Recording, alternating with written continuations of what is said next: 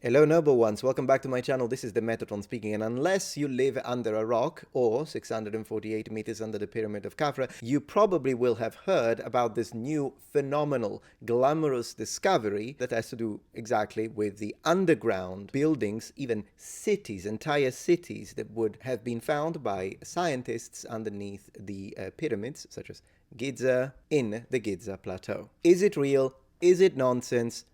Let's check it out. Now, of course, whenever we try to figure out whether something is correct, not, if it's fake news, if it's a conspiracy theory, if there is actual scientific evidence underneath it, if it's something that has some names beneath it, then the first thing we need to do, of course, is ditch all of the videos that talk about it, particularly on TikTok. If you heard this on TikTok, please stop believing TikTokers. Thank you.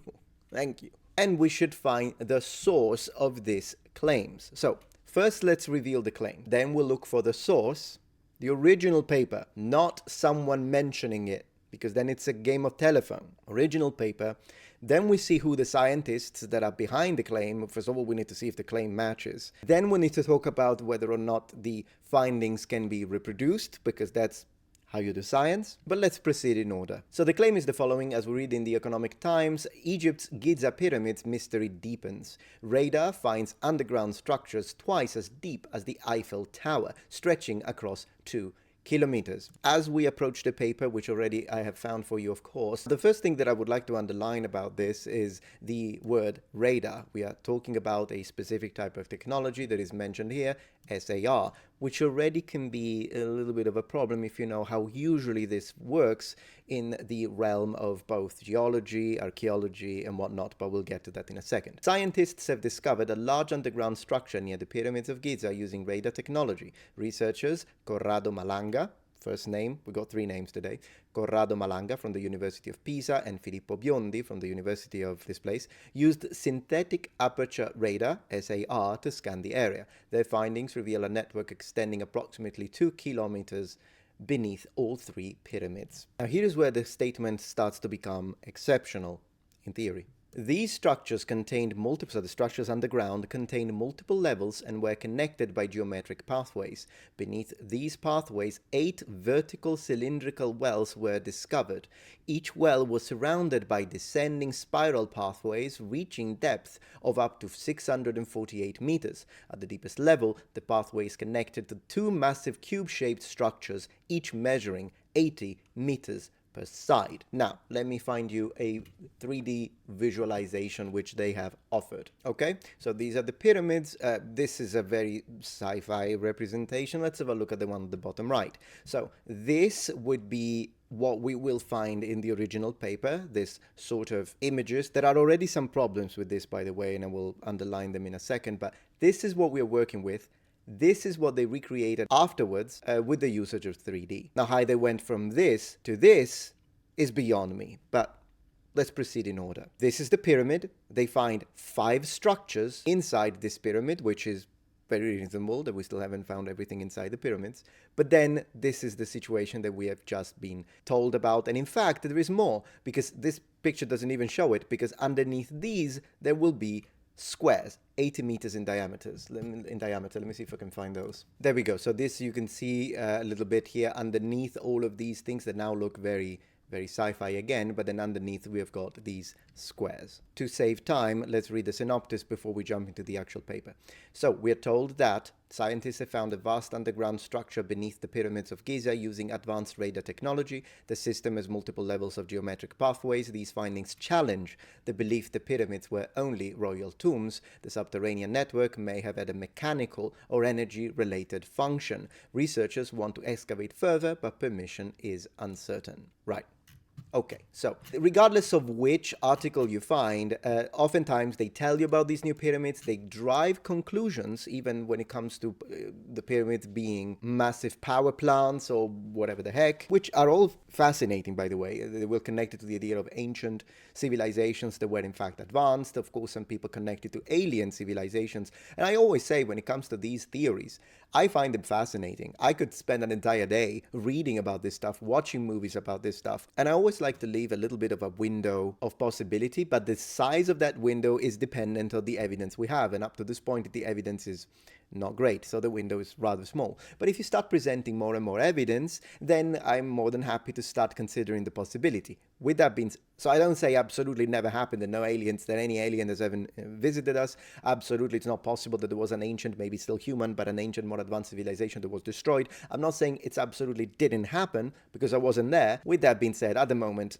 it's kind of small. Now, all these articles, unfortunately, do not link us to the paper, so I found the paper myself. This is the paper, MDPI. I'll leave a link in the description, and the title is Synthetic Aperture Radar Doppler Tomography Reveals Details of Undiscovered High-Resolution Internal Structure of the Great Pyramid of Giza. And as we read, Corrado Malanga, Filippo Biondi, and there are a few other editors that we can see here. I would like to underline now, before we deepen this, is that I don't know anything about Filippo Biondi. I even clicked it to try and see, because of course one way to try and figure out the validity of a statement not only is to look at the paper, which of course I did, and we're going to read some of it together, but it's also try to see, okay, but who wrote it? I couldn't find a lot about him, so if you do know more about Dr. Filippo Biondi, please let me know. Here it says Università degli Studi dell'Aquila, so University of the Studies of Aquila, which is a city in Italy. But when it comes to Mr. Corrado Malanga, I have to disclose at this point that he is a former researcher from the University of Pisa when it comes to, I think it was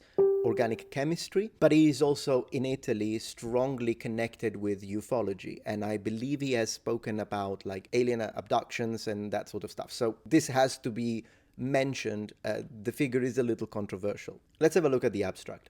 A problem with synthetic aperture radar is that due to the poor penetrating action of electromagnetic waves inside solid bodies, the capability to observe inside distributed targets is precluded. That already kind of underlines what I was saying at the beginning. How did they use SAR, which is usually very superficial when it comes to the way it's utilized normally, to go as deep as 2 kilometers underneath the ground? If looking deeply inside the ground was the overall goal, shouldn't you use something more akin of seismic reflection? And even then, I don't even think it can go that deeply, but I think that's what geologists use. You'll tell me if I'm wrong. Under this condition, imagine action is provided only on the surface of distributed targets. And here is where we go to the claim. The present work describes an imaging method based on the analysis of micro-movements on the Khufu pyramid, which are usually generated by background seismic waves. So it's like a new method, the way I understand it. Now, there would be nothing wrong with that, but of course, one thing that we need, absolutely, and I looked for it and I couldn't find it, is if they have a new method, and this method is capable of presenting new deep imaging underneath the ground in a much more efficient way, then this should be reproducible. This is something that any other scientist should be able to look at and reproduce and come to the same conclusions. In fact, here we see that there are a lot of images, seismic finds, good bunch of math, and a lot of figures. And finally, these figures are better organized than the ones that we saw a minute ago, which were lacking the y-axis. At least here, they see, well, this one doesn't, in fact. It kind of depends. These don't. These mean nothing, because there is nothing that we can use, like, I don't know what these mean. I'll give you the possibility that I don't know what these means because I'm not an expert. With that being said, if you're so sure about these findings, experts should have access to this so that it can be confirmed by the consensus. The study is very in-depth. What I found interesting, we can have a look at the conclusions, but even if we read this, what we're going to find is that they don't really speak about this cylindrical, how they went from the little 2D imaging with the colors to this little 3D imaging here with the spirals. The spirals are not mentioned. The images are not found. How did they get to this? That's the part that I don't understand. It makes this a little iffy from a methodological perspective. Now, as expressed, this study is available. You can download it, you can study, but it won't take you long to figure out that the study is not new, and it was published on the 19th of October 2022. So this already kind of debunks at least the section where they say that this is a new sensational finding. No, sir, it's been 3 years already. However, where do we get the date of 2025 2025 then? Well, that is because in 2025, the articles do mention that there was some sort of presentation. And I did find the presentation, and it's this one here. It's in Italian, so I'm going to have to translate it because all of this happened in Italy. And it says it's sold out, and it says Corrado Malanga, Armando May, so here's the third name associated to this, and Filippo Biondi, Giza, le piramidi e la porta del tempo. So the pyramids and the gate of time is the title of the Congress, which occurred at the Hotel Castello Artemide Congressi in, and this is the address, Viale Terme 1010C in Bologna. So let's have a look at this. This was a 4 hours presentation, and it can be watched, if you want, on the channel Expedition Nicole Ciccolo, which is Conferenza here, 3 hours, 53 minutes and 14 seconds. It's in Italian. If this topic really, really, really interests you, I will watch the whole thing. I've watched it a little bit. I will watch the entire thing for you, and then I'll create a little summary and translate it into English if you're really, really, really interested. As for now, I'll just leave a link in the description. Oh, there we go. The 3D models are here presented. They don't speak about how they come up with those, but it is what it is. There we go. So we got the 3D models and everything. So I'll leave a link in the description. Do keep in mind, however, that if we have a very quick glance at the channel, you will notice that there are videos such as Stargate, the temporal spatial gates with Massimo Barbetta, who is the guest, I suppose. Some of the topics appear to be more esoterical in nature, like the idea of whether or not death exists, which I find very interesting, but all I'm saying is do have a look at the channel, draw your own conclusions. There are videos on UFO, whether they exist or not, more aliens here, which once again, I'm not trying to shame anyone, but I'm just saying, have a look at the channel, form your own conclusions, draw your own conclusions, and then watch the video. Now, for what I have seen up to this point and all this stuff in Italian that I've read and I've watched, I haven't watched the entire conference. I will, once again, if you want me to. But for what I've seen up to this point, I'm not really convinced. And what I think is happening is that some scientists made some claims in 2022. These claims have not been examined, nor have they been vetted or discussed by the wider scientific community or academia in general. But regardless of that, they re-exploded due to this conference that currently happened. But unfortunately, before this could be validated or approached by professionals, it exploded all over the place on social media, particularly TikTok. And now we are in a situation where, oh my gosh, we have proof that the aliens built the pyramids. And now, oh my gosh, we've got all the aliens all over the place if you were to listen to what TikTokers are saying. Don't get me wrong. The way the pyramids were built is fascinating, and it's still a mystery.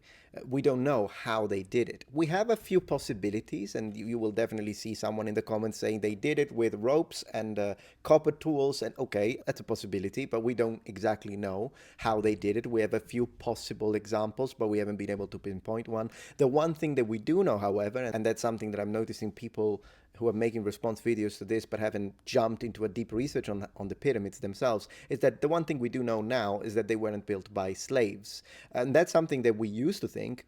I myself have mentioned it once, I think on this channel many years ago, but that has changed now. It has been challenged by archaeologists, and new data analysis and new discoveries that I'll tell you in a little bit push towards the idea that instead the pyramids were built by non-slaves. Let me tell you a little bit about that so that we can kind of learn something from the video. All right, and with that being said, I hope you enjoyed this first glance.